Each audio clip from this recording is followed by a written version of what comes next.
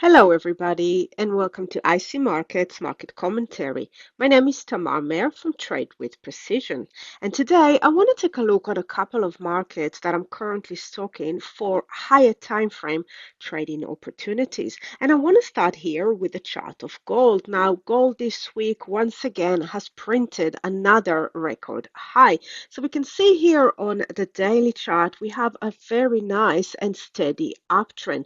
Clear series of higher highs and higher lows. Moving averages 10, 20, 50, all fanning, all in the correct order for an uptrend. Now, I also drew the Fibonacci retracement from the latest low, the big picture low, to the high, and we can see that we've got here the 50% retracement is clustering with the area around the 2700 round number, and the 61.8% retracement is clustering with this previous swing high.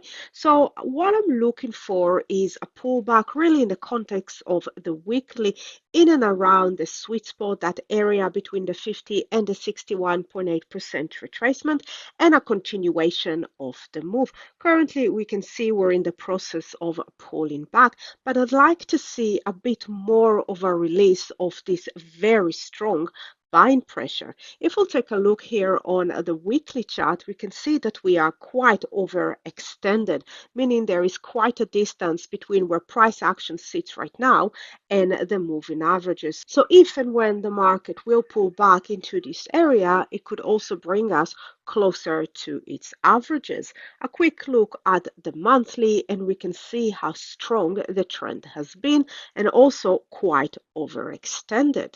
Now, we also have the US election coming up on Tuesday, so I want to take a look at two scenarios involving the US dollar. So the first one, and really it comes from the higher time frame from the monthly, is if we're going to see a sell-off of the US dollar. So for that scenario, I'd like to look at the US dollar versus the Singaporean dollar.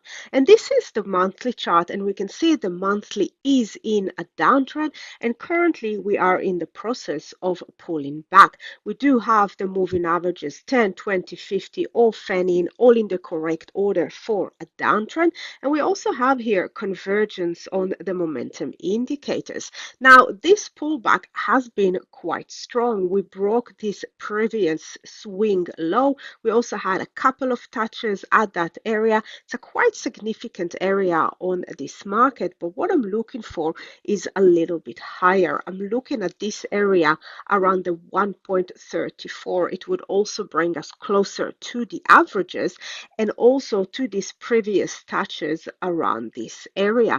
So I'm looking for a pullback a little bit more on the monthly chart into the 1.34 and then a continuation of this downtrend. However, because this is a pullback on the monthly chart, as the higher time frame pulling back, lower time frame either tend to change direction or have a deeper pullback, which is what we've got here on the weekly chart. So you can see here on the weekly the touches around this area and also in the previous weeks as well. It's a nice level on this market. So if and when the market will get into that area, I would like to see a proper rollover. I would like to see that the sellers are actually taking over from the buyers. If, however, we're going to see a strengthening of the US dollar, then I'd like to take a look at the Kiwi versus the US. And this is the monthly chart. And as we can see, the monthly chart has been stuck in a big picture sideways. So what I'm looking for in this scenario is either another touch at this strong level around the 0.5850, another lower high here, so compressions of price, and then a break or continuation of this move. If, however, there will be a break without a bit of consolidation around this area because we moved from so high up, I'll be looking for a pullback to test this level from below.